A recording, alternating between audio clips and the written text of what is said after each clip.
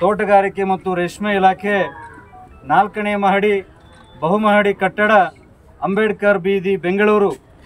ವಿಷಯ ತೋಟಗಾರಿಕಾ ಇಲಾಖೆಯಲ್ಲಿ ಖಾಲಿ ಇರುವ ಹುದ್ದೆಗಳಾದ ತೋಟಗಾರ ಮತ್ತು ತೋಟಗಾರಿಕೆ ಸಹಾಯಕ ಹುದ್ದೆಗಳ ಭರ್ತಿ ಮಾಡುವ ಕುರಿತು. ಮಾನ್ಯರೇ, ಮೇಲ್ಕಾಣಿಸಿದ ವಿಷಯಕ್ಕೆ ಸಂಬಂಧಿಸಿದಂತೆ ತೋಟಗಾರಿಕಾ ಇಲಾಖೆ ರಾಜ್ಯ ಪ್ರಧಾನ ಕಾರ್ಯದರ್ಶಿಗಳಿಗೆ ತಿಳಿಸುವುದೇನೆಂದರೆ, 10 ತಿಂಗಳ ತೋಟಗಾರಿಕಾ ತರಬೇತಿಯನ್ನು ಪಡೆದಿರುವ ವಿದ್ಯಾರ್ಥಿಗಳಾದ ನಾವು ನಿರುದ್ಯೋಗಿಗಳಾಗಿದ್ದೇವೆ. ಕೆಲಸವಿಲ್ಲದೆ ಪರದಾಡುತ್ತಿದ್ದೇವೆ. ಕಳೆದ 5 ವರ್ಷಗಳಿಂದ 200 ಗಾರ್ಡನರ್ ಹುದ್ದೆಗೆ ಮಾತ್ರ ನೇಮಕಾತಿ ಮಾಡಿಕೊಂಡಿದ್ದಾರೆ. ಇನ್ನೂ ಸಾಕಷ್ಟು ಹುದ್ದೆಗಳು ಖಾಲಿ ಇರುವ ಕಾರಣ ಆ ಹುದ್ದೆಗಳನ್ನು ಭರ್ತಿ ಮಾಡುವ ಮೂಲಕ ರೈತ ಮಕ್ಕಳಿಗಾಗಿ ಮೀಸಲಿರುವ ಹುದ್ದೆಗಳನ್ನು ಆದಷ್ಟು ಶೀಘ್ರದಲ್ಲಿ ಭರ್ತಿ ಮಾಡಬೇಕೆಂದು ತಮ್ಮಲ್ಲಿ ವಿನಂತಿಪೂರ್ವಕವಾಗಿ ಕೇಳಿಕೊಳ್ಳುತ್ತೇವೆ. ಇನ್ನೊಂದು ವಿಷಯ ಇತ್ತು, ಇದನ್ನು ಹೇಳ್ಬಿಡ್ತೀನಲ್ಲ.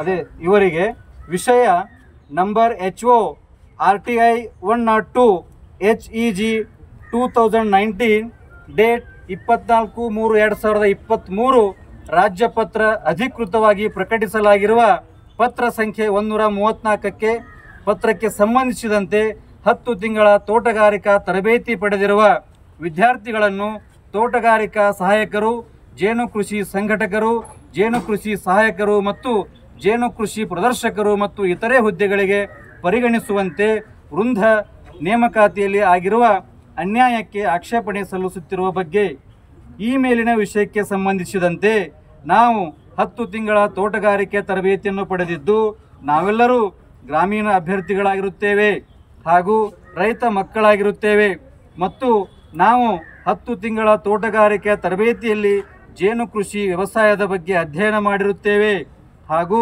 ಮಾನ್ಯ ಘನ ಸರ್ಕಾರವು ಕರ್ನಾಟಕ ರಾಜ್ಯ ಸಿವಿಲ್ ಸೇವಾ ಅಧಿನಿಯಮ 1998 ಇನ್ ಬ್ರೆಕೆಟ್ 1990ರ ಕರ್ನಾಟಕ ಅಧಿನಿಯಮ 4ರ 8ನೇ ಪ್ರಕಾರದೊಂದಿಗೆ ಹೊರಡಿಸಲಾದಂತೆ 3ನೇ ಪ್ರಕರಣ ಇನ್ ಬ್ರೆಕೆಟ್ 1ನೇ ಉಪಕರಣದ ಮೂಲಕ ಪ್ರದತ್ತವಾದ ಅಧಿಕಾರ ಚಲಾಯಿಸಿ ಕರ್ನಾಟಕ ಸರ್ಕಾರವು ಪ್ರಸ್ತಾಪಿಸಿದ ಕರ್ನಾಟಕ ರಾಜ್ಯ ತೋಟಗಾರಿಕಾ ಸೇವೆಗಳ ನಿಯಮ 2023ರ ಕರಡನ್ನು ರಚಿಸಿದೆ.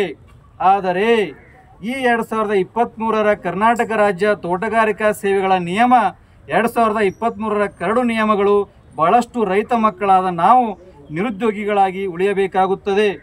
ಹೀಗಿರುವಾಗ ಈ ಕರಡು ನೇಮಕಾತಿಯಲ್ಲಿ ICAR ಮಾನ್ಯತೆ ಹೊಂದಿರುವ ಮತ್ತು ಭಾರತ ಕಾನೂನು ರೀತಿಯಲ್ಲಿ ತೋಟಗಾರಿಕಾ ವಿಷಯದಲ್ಲಿ BSc ಪದವಿ ಹೊಂದಿರುವವರಿಗೆ ಮಾತ್ರ ತೋಟಗಾರಿಕಾ ಸಹಾಯಕ ಹುದ್ದೆ ಅರ್ಹತೆ ಹೊಂದಿರುತ್ತಾರೆ ಎಂದು ಸುತ್ತೋಲೆ ಹೊರಡಿಸಿದೆ. ಈ ಸುತ್ತೋಲೆಯಿಂದ ಬೇರೆ ಬೇರೆ ವಿದ್ಯಾರ್ಹತೆ ಹೊಂದಿರುವ ವಿದ್ಯಾರ್ಥಿಗಳು ಸಹ 10 ತಿಂಗಳ ತೋಟಗಾರಿಕೆ ತರಬೇತಿಯನ್ನು ಪಡೆದಿರುತ್ತಾರೆ.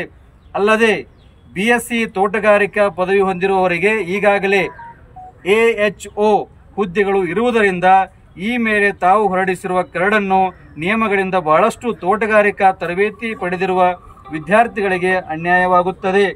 ಅಲ್ಲದೆ ಎಲ್ಲ ತೋಟಗಾರಿಕಾ ತರಬೇತಿ ಪಡೆದ ವಿದ್ಯಾರ್ಥಿಗಳು ತಮ್ಮ ಜೀವನ ಮತ್ತು ಭವಿಷ್ಯ ಏನಾಗಬಹುದು ಎನ್ನುವ ಆತಂಕದಲ್ಲಿದ್ದಾರೆ. 10 ತಿಂಗಳ ತರಬೇತಿ ಪಡೆದ ನಂತರ ಗಾರ್ಡನ್ ಹುದ್ದೆಗಳಿಗೆ ನೇಮಕಾತಿ ಆಗಿಲ್ಲ ಅಂತ. ನೇಮಕಾತಿ ತಮಗೆಲ್ಲ ಗೊತ್ತಿದೆ, ನಮ್ಮ ಇಲಾಖೆಯಲ್ಲಿ ಸುಮಾರು 6200 ಪೋಸ್ಟ್ ಇದೆ. 6200 ಪೋಸ್ಟ್ಗಳು 3200 ಪೋಸ್ಟ್ ತುಂಬಿದ್ದಾರೆ.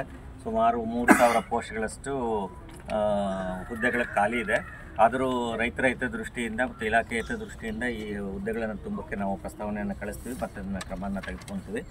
ಎರಡನೇದು, ಇನ್ನೊಂದು ಜೇನು ಕೃಷಿ ಪ್ರದರ್ಶಕರು ಮತ್ತು ಜೇನು ಕೃಷಿ ಸಹಾಯಕರ ಹುದ್ದೆಗೆ ಇಲ್ಲಿ 10 ತಿಂಗಳ ತರಬೇತಿ ಪಡೆದಿರುವವ್ರನ್ನ ಪರಿಗಣಿಸಬೇಕು.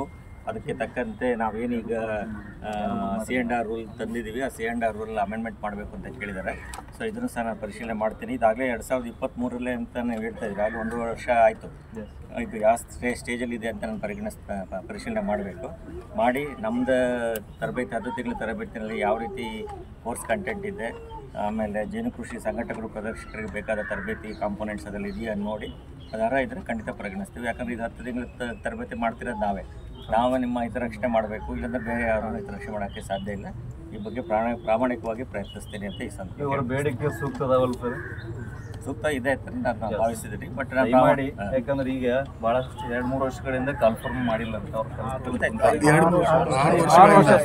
6 ವರ್ಷ ಈಗ ರಿಕ್ರೂಟ್ಮೆಂಟು ಎಲ್ಲ ಕಡೆನೂ ಫ್ರೀಸ್ ಆಗಿದೆ. ಮೀಸಲಾತಿ ಬೇರೆ ಬೇರೆ ವಿಷಯಗಳಿಗೋಸ್ಕರ ಕಳೆದ 1.5 ವರ್ಷದಿಂದ ಯಾವುದೇ ರಿಕ್ರೂಟ್ಮೆಂಟ್ ನಡೆದಿಲ್ಲ. ಹಿಂದೆ ನನ್ನ ಗಣಿ ಭೂಮಿ ವಿಜ್ಞಾನ ಇಲಾಖೆ ಇದ್ದು 1125 ಪೋಸ್ಟಲ್ಲಿ 525 ಪೋಸ್ಟ್ ಮಾತ್ರ ಇದ್ದಿದ್ದು, ಉಳಿಕೆ ಯಾವುದೂ ಪೋಸ್ಟ್ಗಳು ಆಗಿಲ್ಲ. ಎಲ್ಲ ಇಲಾಖೆನಲ್ಲಿ ಸಮಸ್ಯೆ ಇದೆ. ಬಟ್ ರೈತರ ದೃಷ್ಟಿಯಿಂದ ಮತ್ತು ನಾವೇ ತರಬೇತಿ ಕೊಟ್ಟಿರೋ ವಿದ್ಯಾರ್ಥಿಗಳ ದೃಷ್ಟಿಯಿಂದ ನಾನು ಕ್ರಮ ವಹಿಸ್ತೇನೆ ಅಂತ ಈ ಸಂದರ್ಭದಲ್ಲಿ. ಆತ್ಮೀಯ ಎಲ್ಲ ವಿದ್ಯಾರ್ಥಿಗಳೇ, ಇವತ್ತು ನಿರ್ದೇಶಕರು ಮಾತಾಡಿ ನಿಮ್ಮ ಮನವಿಗೆ ಸಂಬಂಧಪಟ್ಟಂಗೆ ಅವರೊಂದಿಷ್ಟು ಮಾತನ್ನು ಹೇಳಿದರು.